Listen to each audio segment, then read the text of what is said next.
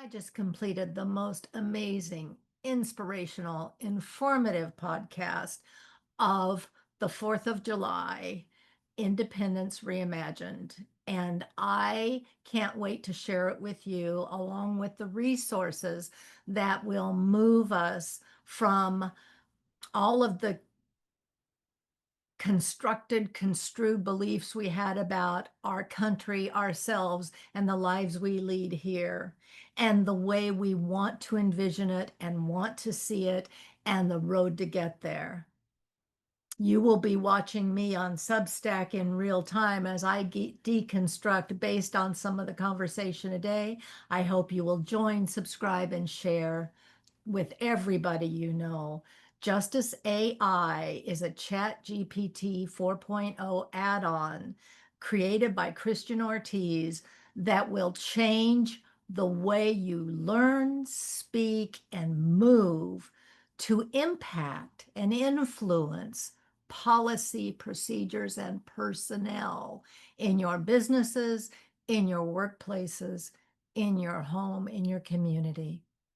Let's be the solution. Be the change you want to see in the world, and I'll join you there.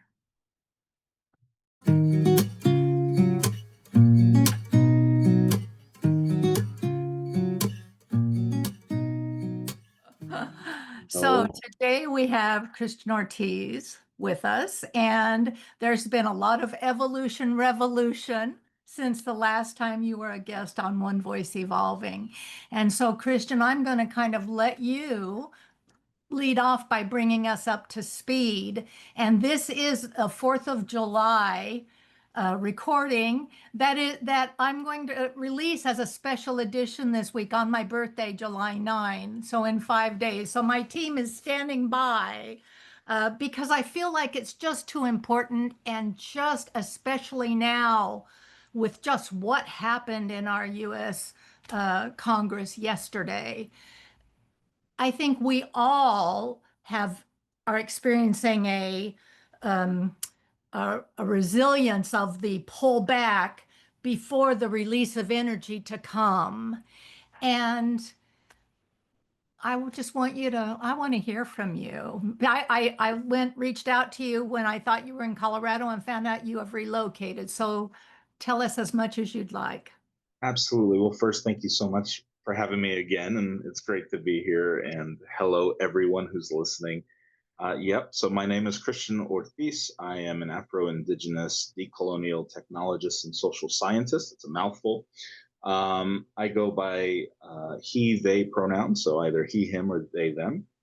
And I have recently relocated myself with my significant other to Calgary, Alberta, Canada, due to the status and the state of the United States. We initially actually came to take care of her niece, who was bedridden for a little while. And then several days after we came here, really on visitor status, a friend of mine's child was deported, and whose child was born in the United States, and this happened in Denver. And so, um, being that we're social justice advocates and very loud, and anybody who follows me on social media knows that I'm very outspoken, it just became an unsafe position to stay in the States. And so I incorporated here in Canada, and I'm in the process of getting my permanent residency. And, I know a lot of people have issues with that reality because they feel like, well, I don't want to run, I don't want to leave. But the reality is I share my story because I want to make it clear that I now have the ability to do the work that I do, but I can breathe, and now I can do so without being a target. And so that is to be able to do that work and continue to focus on my home, which is the United States, and to continue to focus on fighting for what matters. This is where we are, and you can do it from anywhere as long as you really take care of yourself and put yourself in a position where you're able to still do so. I certainly have noticed, and it was a few months ago. How long ago did you move?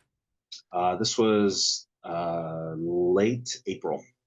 Okay, so in the last couple of months, I've noticed a boldness in your LinkedIn profiles and posts and responses that wasn't there before. And Mhm.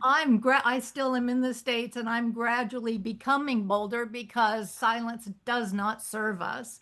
However, it was such a noticeable shift that that I that I love it and I admire it and it scares the shit out of me all at Yes, the same time in my white skin and just breaking out of my bubble.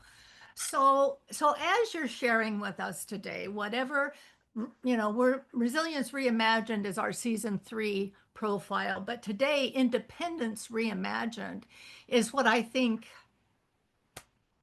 I'm sorry. I'm feeling that's okay. my way, just like Yeah, millions of other Americans right now. yes, So 100%. anything that you share or that you have to share, short of moving to Canada, which I just would just as soon be acquisition to myself. We're in New England. Right. No, I appreciate the opportunity really to have this conversation, especially now. And that title that you just said is so fitting. And what I believe is happening, you and I just talked about it before we hit the record button, is not only is there a resistance happening, there is an awakening. And I think that awakening is the answer that we all need to understand what life was like before this system we've inherited looked like. And when I'm doing this work more and more, I realize that my white brothers and sisters, or those who identify as being white people, um, they don't look at the world in a sense of there's a detachment where white people feel like they don't have it, they're not rooted in any culture. And so my job now is to help people decolonize and see the world of what happened in the world. How did your culture, everyone had culture before colonization. What did that look like? And how can you work to reclaim that? And what education can you give yourself to connect to those cultures, whether it was Welsh or Celtic or anywhere in the British Islands or um, anywhere in the global north, right? And so once I've been helping individuals connect with their past, I think what's happening, mix that with the awakening that they're having, that we have never really lived in a democratic state in the United States. It's never really been a real democracy. It was kind of democracy light, but always with this little semi-fascist undertones, right? And now I think the people are seeing the system fail, and it's unbelievable, and it leaves people breathless. And for people of color, we've always known because we've been subject to the system since the day we're born. Um, but the system of white supremacy, which is a system, it has nothing to do about being white. It Right. impacts every single one of us. It's the most unsustainable business. It's the most unsustainable framework that's ever existed in the history of mankind because it deletes and erases the identities of everyone and forces us to fall under one straight white male identity, right? And so Mhm. it doesn't give us the freedom of being who we are. So I think what's happening is we're struggling with this reality and having an awakening of a failing system, but b reconnecting with ourselves, and especially those who have felt not so whole their whole lives, if that makes sense. Yeah. Who are questioning, well, why is it that my culture works this way? And there's a lot of realities that are occurring. And so these are heavy times, and I feel like it's almost very similar to when Black Lives Matter exploded during COVID and people started having their racial awakening. Now we're Yeah. having a system awakening as a whole, where individuals are now seeing the curtain has been lifted, right? And so it's like the question is, what do we do with that now? And I just encourage everyone who's listening to sit with themselves, sit with their realities, and really ask themselves what contributions they can bring to this fight, because we have an opportunity here with the worst circumstances. We always have an opportunity to make some real change, and the question isn't what are we going to do, it's what contribution can we bring to the fight. Right. And there is so much. conditioning, brainwashing, generational, white people. You posted something on LinkedIn about white people don't have a culture. And it's like, Uh, unless it's patriarchy and yeah, you're supporting that, then that's you're right. absolutely right. And if it's patriarchy, you're one of those people that I'm blocking every other day from every damn thing I do. So, That's right. That's right. That was the ultimate article to post where I wanted people to sit with the immediate reaction to the title. But then when you open the article, it says white culture has no culture, post-colonialism, because it's colonialism that really took every culture and made it their own. And so it automatically detaches white people from their histories and from what the world looked like. And so this is where the conversation is headed today. mhm. Wonderful. That's wonderful. So how do you said something about when you walk people through or white folk, how, where would we begin? I mean, I have no culture except, be still, be quiet, and don't make waves because that's what good white women do. And Right. I've spent my career as the only woman in the C-suite and have found my voice and have held my space. But, you know, damn, if that doesn't happen to me over and over again, even as a consultant, when I go into a facility, that I get diminished or dismissed, or somebody tries that, generally the white men in the room, and I have to reel them in. Yes. And Yes. I'm So so tired of proving myself. 100%.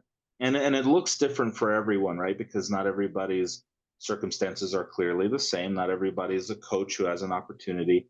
A lot of Mhm. people don't even have a voice in their systems, right? They're probably a call center agent, or maybe they're doing client relations in corporate space, and they Yes. still get shut down and they get met with the same things. So it just looks different. Uh, but to the question, where do we start? I think the really important aspect of that is understanding ourselves first. In terms of when we talk about culture, identity is a huge part of how we operate as people in society. If we're not able to identify with ourselves in some type of way, then what are we really bringing to the table in terms of what we know outside of just, well, I'm just knowledgeable about the profession that I'm in, but I can't speak to the world. I can't speak to geopolitics. I can't speak to my own culture. And that removal leaves us with an ego that is threatened because we don't know something in a space that we can contribute to. And so, what I recommend people do first is understand where they come from first. Do some research. Like, let's say grandma told you that you're Irish and you're this, that, and the other. Well, there's information all out there that's been documented about what those tribes look like and how society operated. And Mhm. there is nothing wrong with reconnecting with that part of yourself, Oh, because I feel like it empowers individuals in a way that I've never seen before when they're able to fill that identity piece for them, right? And then the other part of it is understanding how the system of white supremacy, I keep saying it and I keep emphasizing that because when we've been taught about white supremacy all wrong, we think white supremacy is about the KKK and hoods and tiki torches and people getting upset and racism and all of this. People have been miseducated about the differences between racism and discrimination because they've been conflated as the same thing, mhm. when in reality, it's a system. It's a system that we have all inherited, and it's the Mhm. reason why there's discrimination and bias, and within every community. I think we spoke about this last time. I was born in a hyper patriarchal, super Catholic, machismo driven Latino household, and yet I was still othered because of colorism. I was still hearing racist jokes about Black and Asian people. We were still mocking other cultures, and it just never made sense to me. But what it is the system of white supremacy that has injected itself through our Spanish ancestors in our community, Okay. and it manifests in different ways. And so when you understand that patriarchy, colorism, discrimination, racism, anti LGBTQ ideologies, all of this is part of the system of white supremacy, then Mhm. you are then you have a starting point as to figure out how it works and what it looks like. And then we deconstruct ourselves and we figure out how power dynamics work, and you understand, and it's a very disheartening journey because you start discovering the realities of power dynamics with a white man in a room, the Yeah. privilege of even a black or brown man being the CEO still having the privilege of being a man, right? Mm. And so even I could be a gay white man, but I still have the privilege of being a white man in the room. Right. So we all carry privilege in certain ways, and we can all weaponize them irresponsibly if we don't understand how the systems work. And so this is a very complicated journey, but it's possible. And what the way I recommend people do it is you have to unlearn everything that you've been taught and relearn how it actually worked before colonialism. And when you do that, then you understand, okay, I now see myself as a whole person, and my identity was stripped away from me even before I had an opportunity to be a thought being brought into this world, right? This is how much control we don't have about our own identities. And so it's kind of liberating to understand that you do have the power to reclaim your identity in a world that stripped it away. And I just encourage everybody to really stay in that mindset as they start learning themselves in a new world and seeing themselves in a new light. I think it helps you define what your purpose looks like now that we're head to head with an authoritarian regime in the United States, right? And so I think even understanding our own identity gives us enough power to get involved in places and spaces that we never thought we belonged in the first place. And so it's complicated for sure. So pre-colonialism, when I look at, I mean, that means we're going back over 400 years in this land, which is Mm, a drop in the bucket to the eons of absolutely. history before. But when I go back through what little bits of history I've been allowed to learn in this system, Yes. I still see just story after story after story into antiquity of abuse of power and abuse of people. So, Yes. so even if I go do my DNA and I go back to, great, great, great, great, greats, Yep. how far is it possible to get to a pre-colonial moment? Yeah, which is a And, fantastic question. And this is the thing that people don't understand. When I say the system of white supremacy is the byproduct, it's a system created by colonial rule. Mhm. What I mean by that is that it's not to glorify our ancestors or the past, because we've always had battles and Right. tribes and conflict and all of that. But none of our ancestors before colonialism ever systemized oppression based off of the color of skin. This all comes down to the creation of race. And Oh, so colonialism is the foundation. 1600s is when it was finalized, is when the identity of whiteness became a thing, and the development of anti-blackness became systemized around the world, and it was exported by the global north, Europe and the United States, to where everywhere around the world sees black people and brown people as the villain. So much oh. so that we create shows like Ancient Aliens because we can't believe that indigenous people and black folks created pyramids because God forbid they had technology, right? So we live in this reality where there is a racial component that is a social construct, but is very real in the way that it's been systemized.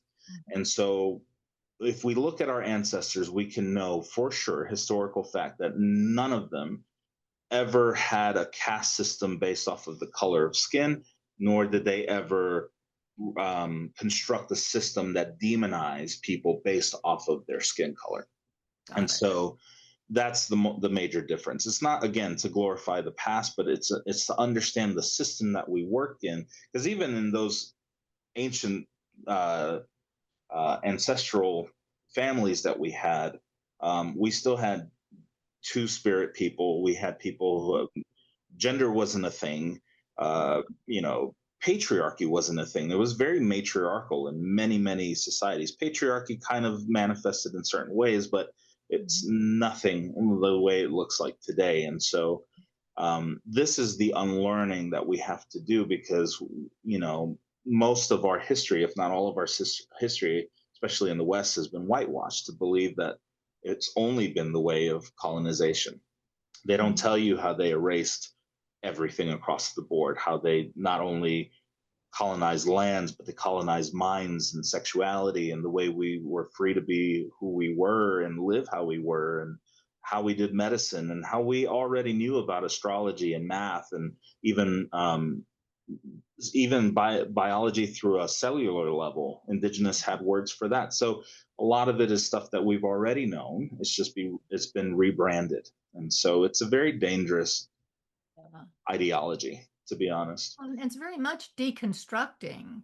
And I 100%. know what I know about deconstructing is what I've had to do from religion in my life Yes. a time or two when I got involved in a cult and had to leave the cult. And I had to re-examine everything I thought was true, which will just rock your world. Oof. And then I had to go back to my understanding of scripture, which I then took up Greek so I could read it in original language rather than it ever be interpreted. So I learned Greek so I could read the New Testament, not just their interpretation of Jesus' words. So Right. I could say what, because I didn't want to throw the baby out with the bathwater. There were Right. good things about faith. There were real things in my relationship with the God I could trust that I did Yes. not have before that. But it got colored by, and now you have to look like this. And now all the unwritten rules for being a good Yes. enough Christian came into Yes. play. And because I wasn't raised in any faith, I didn't come to faith until about 27 years old. Oh, I wow. didn't have to deconstruct childhood training, but I sure had a different set of lenses when I walked into a place that was full of childhood believers. And the way Yes. we do things around here, that's not written in the book, but it's in the lived experience. Yes. So it feels like, because I've never gone down the genealogy route, but you're tempting me. I'm probably going to have to do that. It's you know, when you do your ancestry. So there's three things. I'm going to start off to that point. You do Okay. your ancestry DNA or 23andMe. What you immediately realize is that race is a social construct because your results come from your ethnicity, not the social construct of race. You're going to see your DNA comes from multiple parts of the world, and if you see that, you're going to be like, well, I'm white. How is that even possible? If I have this percentage of African, this percentage of even Chinese or whatever. Mhm. It's a migration reality, not a racial reality, and so it's a beautiful uplifting. It kind of takes everything off of your shoulders, depending on who you are. There's some people who identify tightly with their whiteness, and so it can also be hurtful. But Yeah. um, you said something earlier when you were like, you know, going into a cult. I want to make sure that your viewers and your listeners understand that that is such a demonized term. I grew up in the Christian church as a Catholic. I'm a recovering Catholic, always demonizing cults, not knowing that Catholicism is a cult, post-colonialism. So we're all in cults when you're in religion, Yeah.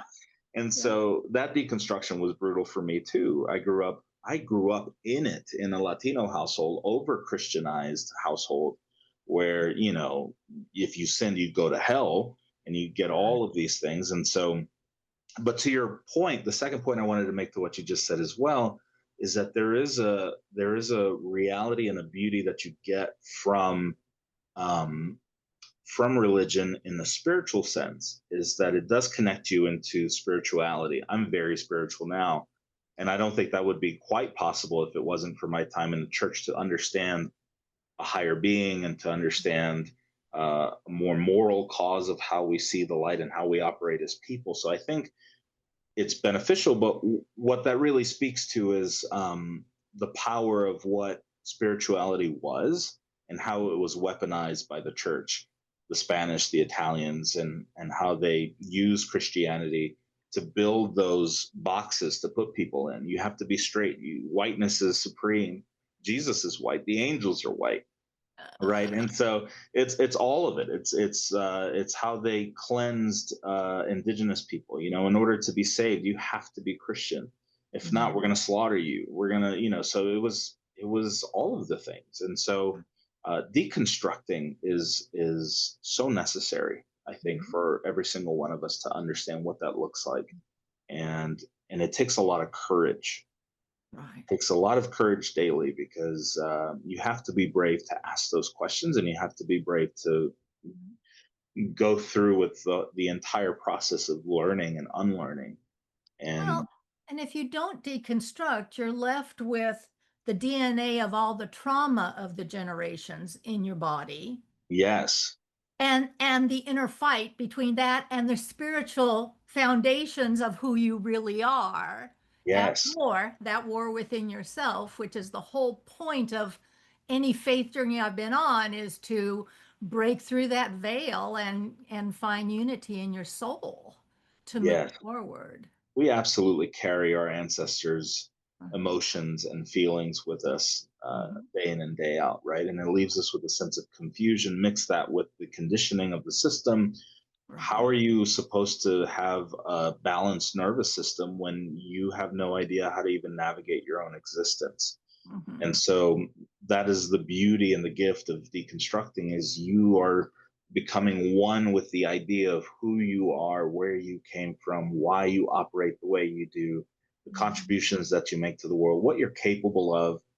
And it Mhm. gives you the freedom to see yourself in such a beautiful, true light, whether it's your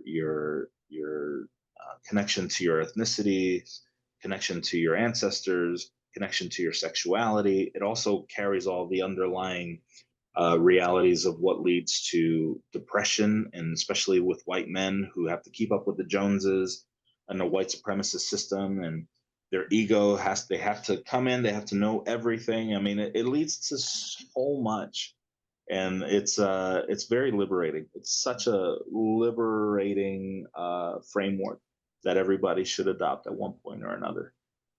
So I want to talk about liberating framework because you know Justice AI has changed and saved my life in the realm of working with racial equity in community spaces.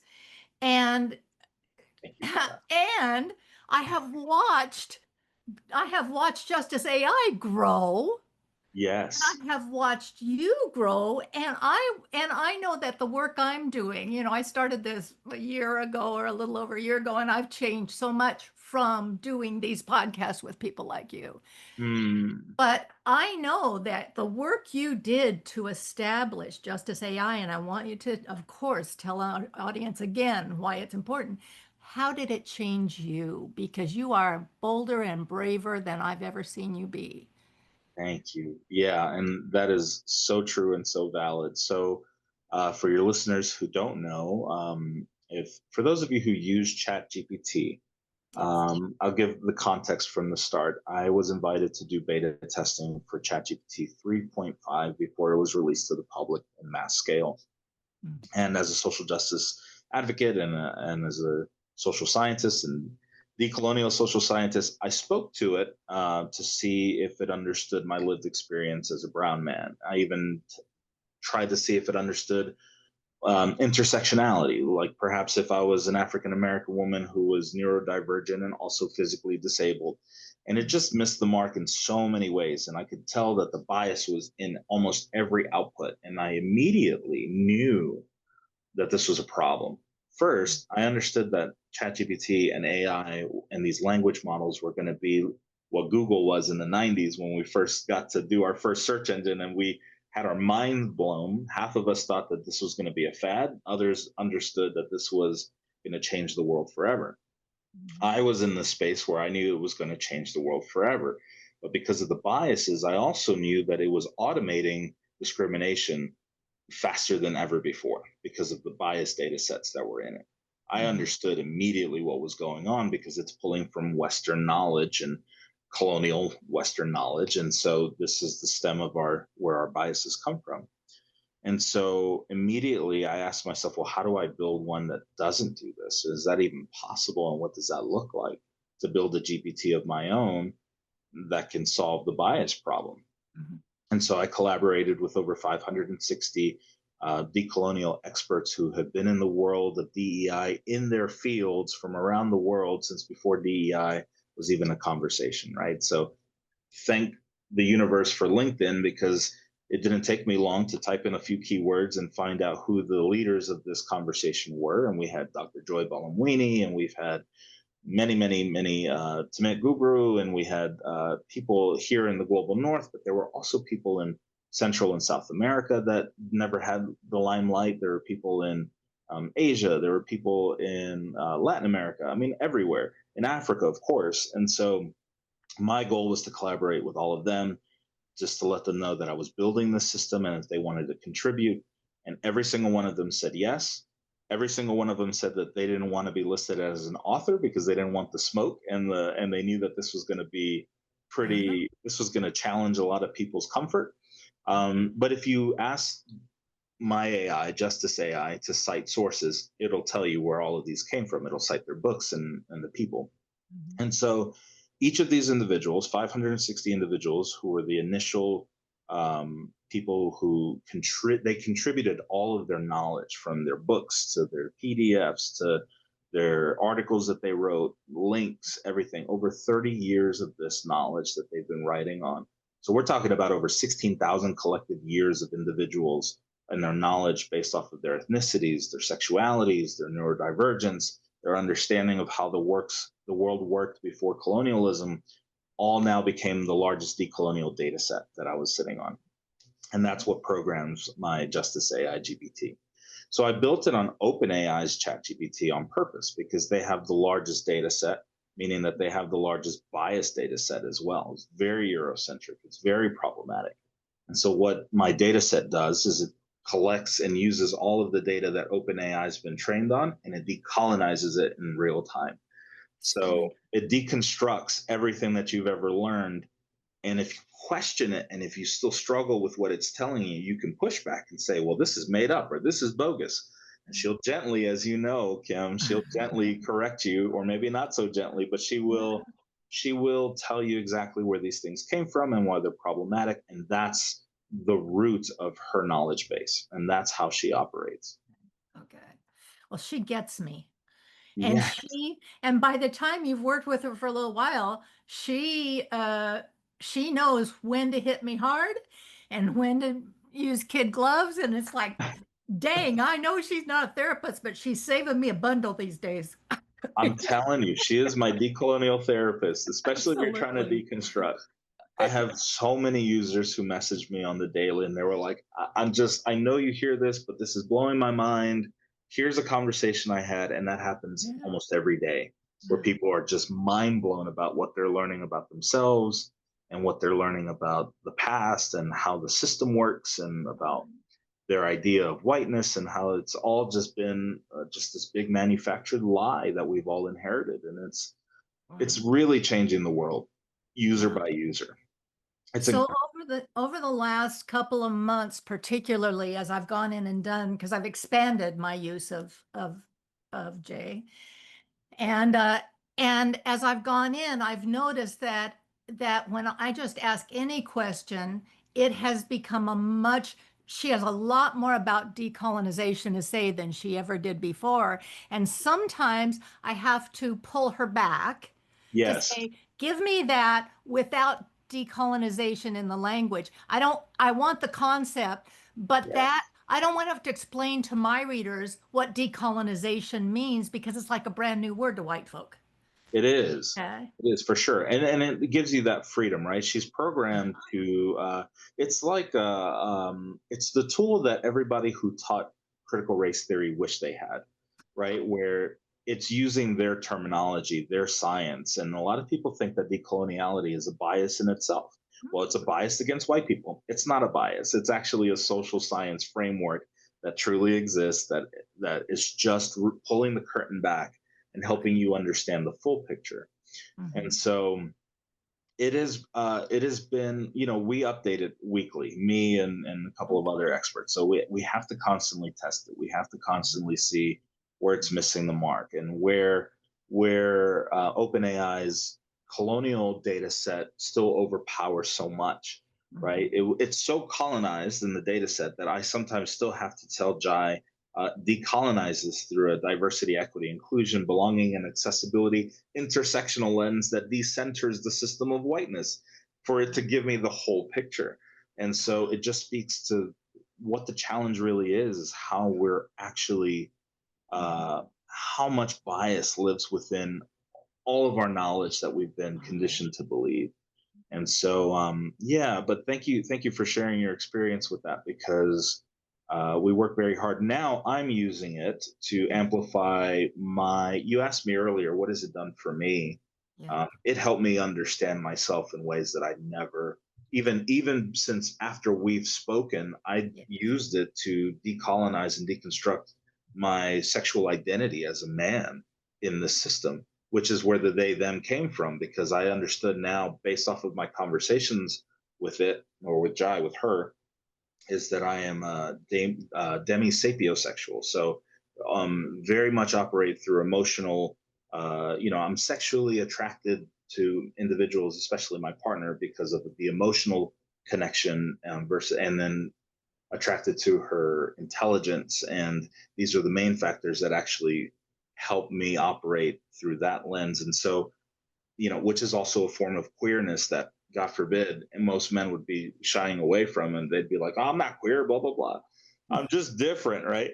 Uh, and so, what it's done for me, it's completely changed my life to help me understand my upbringing and what I was facing in the '90s and '80s as a child, in a Latino household, and where the discrimination comes from, and which part of my ancestors. Here's my DNA test, and like, does this contribute to any of the way that I see the world? And of course it did. And so it's literally like a treasure map to the treasure chest. It's been fantastic.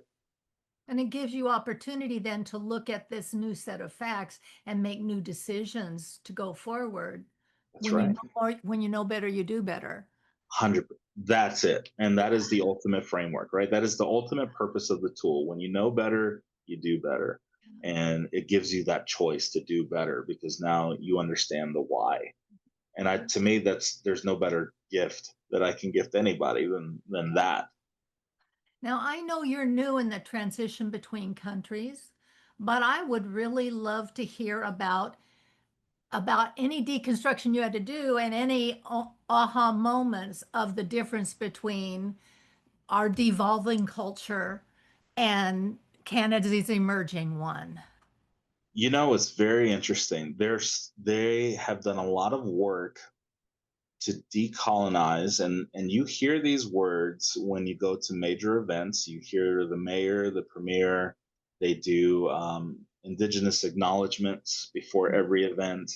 They talk about the land that we're standing on and the seven treaties, and all of that is new to me because they've been doing that here forever, and I'm coming from a place that's never done it, that's never acknowledged anything like that.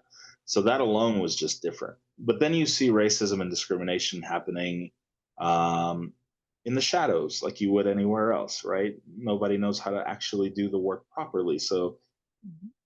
bias and discrimination seep in through the cracks in many ways. And there's still Chinese restaurants here that are called like Oriental Palace, right? And it's like, and you see it in little subtle ways, but people just, it's not even a thought because people aren't having the conversation of decoloniality up here. And so Mhm. what I found was that what an opportunity, right? There are not also a lot of African Americans. It's very diverse here in Calgary specifically, Mhm. but you get a lot of Indian, you get a lot of multitude of Indian religions and cultures, and highly populated with indigenous folks and a little bit of Latino folks, and you get Africans, not African Americans. So you have, racism isn't carried here the way it is in the United States. The United States is the hub, it's the global hub in the South, especially, of how, you go to the States and you can see how it's carried down there versus anywhere else. But it's here for sure. And so for me, coming here, um, I think it's unbelievably lovely. The people are completely different. The Mhm. culture is different. It's more accepting. It's more welcome. Uh, but when you bring decolonization to the table, then you get to see the same reactions. It's kind of the clutch pearls and the I feel like I'm gonna vomit, or it makes me nervous, and so it's just an unbelievable expansion of the work that I'm doing, honestly. And the work that you're doing, tell me about tell me about what you do. I've seen that you're speaking at different conferences. Tell me what life looks like. Yeah, so as a decolonial social scientist, I have my face stuck in history books and cultures and looking at social psychology. And it's a study of the behavioral science of people. And so every day, I have to study on it. I have to read up on it. I have to understand the inner workings of people, migration, history, the system, all of it, and help me understand how to piece the puzzle to my goal, my job that I've kind of created for myself, silly me, uh, that I told myself my purpose is to dismantle racism before I die. Will it Uh-huh. ever happen? Maybe, maybe not. Mhm. But that's my purpose. Yeah. Before I go, I would love to decolonize 8 billion minds. And that is very ambitious and it's crazy. But I also think that it's more realistic now more than ever with the power of AI. If a Yeah. million people use Justice AI before I die, imagine the impact that's going to have on the rest of the world. Mhm. From creating legislation to understanding how to teach history to everything in between. And so, what my job looks like is constantly studying the realities of the world and helping people understand their contributions to society, their impact, but more importantly, who they are as individuals, whether they're white, black, Latino, Indian, Asian, Middle Eastern, African, and help them understand how colonization has impacted them no matter where they are in the world. Not to give credit to colonization in that sense or to center it, but really understand how much it's impacted how we operate. And I think that um, intertwining that with an entrepreneurial perspective, because I'm also a businessman. I can't pretend I don't live in a capitalist system, Uh-huh. but I'm finding ways to really change the landscape of how we operate from a corporate lens. Because I feel like we don't really have to burn the system down if we just make the proper changes. If we Mhm. if we make if we make enough of a change of how we operate structurally, then I think it doesn't have to look as different as we think it does. We Mhm. just all win at that point.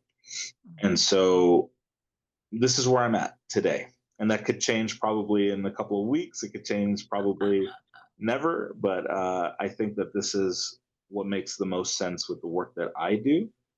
And I think that now my goal is going to be figuring out how to streamline that to make it more digestible for more people. Mhm. At what point in your trajectory did you find out about your uh, revolutionary DNA? So my revolutionary DNA, I did my DNA test a few years back, several years back, Ancestry. Mhm. And I realized that I had a massive amounts of Spanish ancestry from Spain from my grandfather. That's my colonial heritage that I carry. But then I got connected with the Zacateco tribe, the Chichimeca from Mexico and Durango, and the Borinquen in Puerto Rico, which they call Taino. But Taino is the colonized term. So we claim ourselves as Borinquen. So, the true ties to our ancestors. So I carry indigenous from Mexico, Puerto Rico, also from Central and Latin America, very small percentages there, and a huge chunk from colonizer Spain. And Mhm. so I understood that we carry, especially in the work that we do, we carry both realities of both the colonizer and the indigenous who were colonized. And so that led me down a rabbit hole that I could never even really put into words just how much was in there.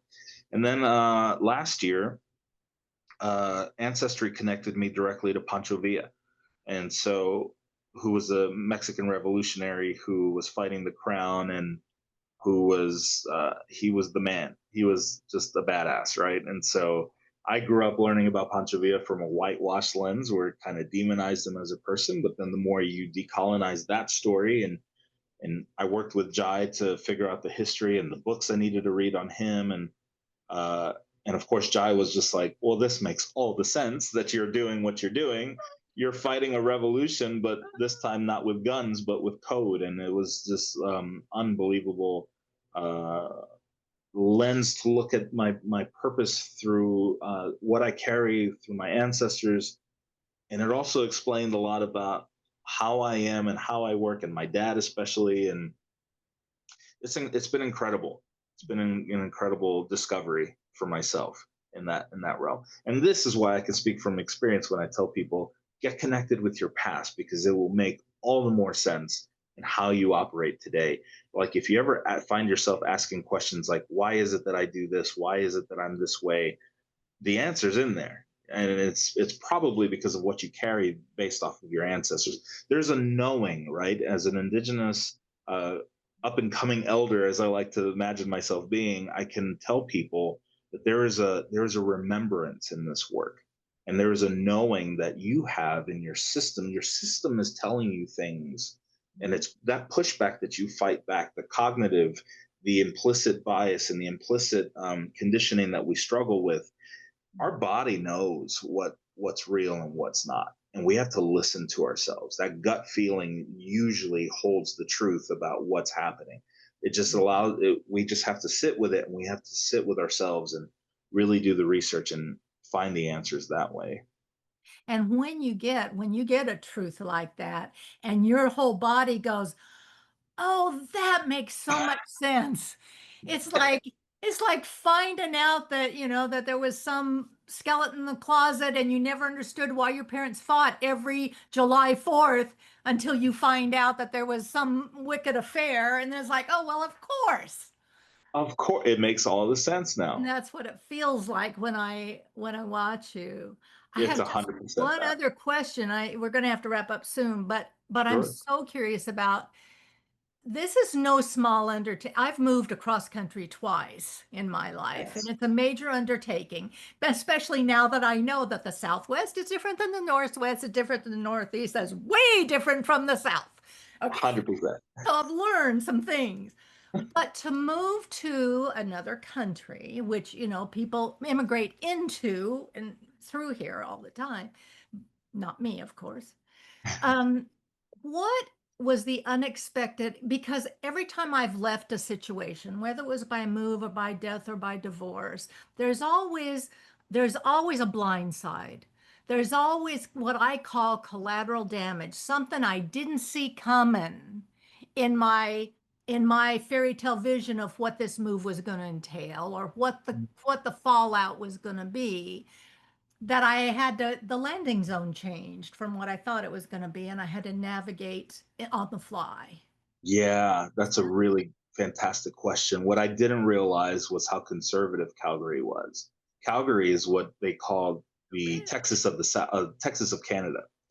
And when I heard that the first time, I was just like, "Can you rephrase that? Have you ever been to Texas? Do you know what Texas is really like?" Like, That I be. don't think that's the title that you think this is. And so a lot of people will say, "Well, it's because of the ranches and the oil. This is oil country, so they come in Okay. here, they make their millions in oil, they leave, and it's all about cattle country." And then we have Stampede this week, which is the largest event of the year. But then you also drive down the highway and you see a lot more Trump stickers than you'd like to anticipate. And there are a lot of people who have such a fanship of the man that it was quite surprising.